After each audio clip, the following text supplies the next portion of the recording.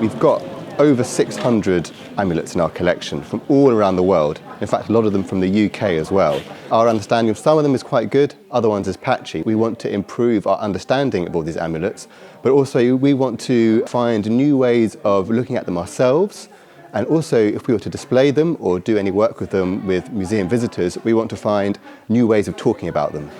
An amulet is an object invested with a certain amount of desire or longing. So really anything can become an amulet. They're all about being human. It's all about the way we look at the universe and the way we relate to our own inner worlds. There is this idea that people believe it has significance, that it has effect, and that's what makes it an amulet.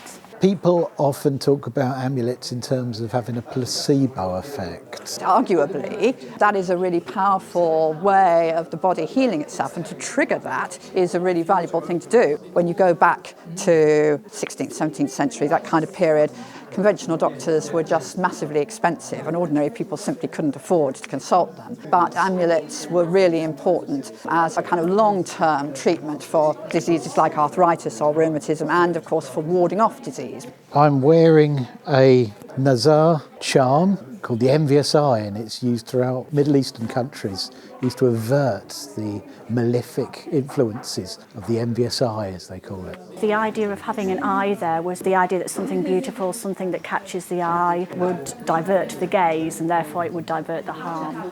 The use of human remains is a really interesting and actually quite controversial, but this is a really beautiful and very powerful example. This is a headband worn by an African shaman made of human teeth. This was an incorporation of two very traditional charms that are used. One being a perforated flint, often called a hagstone. This was often hung up in the house to keep away evil spirits or evil influences. The other charm that was incorporated into it was a worked, possibly Neolithic flint. These ancient worked flint tools are considered to be otherworldly.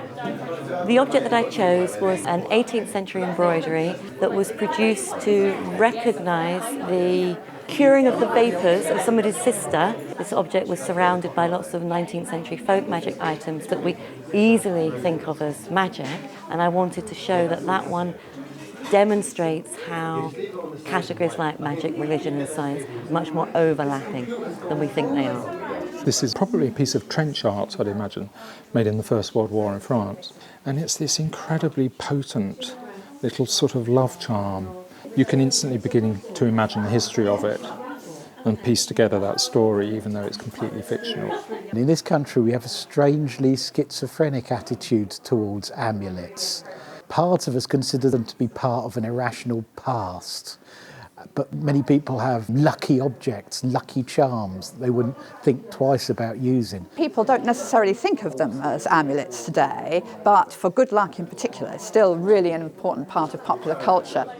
We had a discussion at the end about how some of these objects might be used towards new displays and new curatorial practices, or how they might be engaged with by other visitors who may not see themselves as having experience of amulets or other kinds of objects. Quite a lot of the discussion was how the museum might be able to enable people to be more aware of their own everyday use. There is that sense in which often museums make objects into dead things, or they're there for aesthetic use, beauty or age value. But it's quite interesting now that people are going back to these same objects and actually interested in, the efficacies again. I can easily imagine finding this, say, in a junk shop and investing that same emotional attachment to it. So they may be sort of removed from their context now, but there's no reason to say they couldn't be potent once again.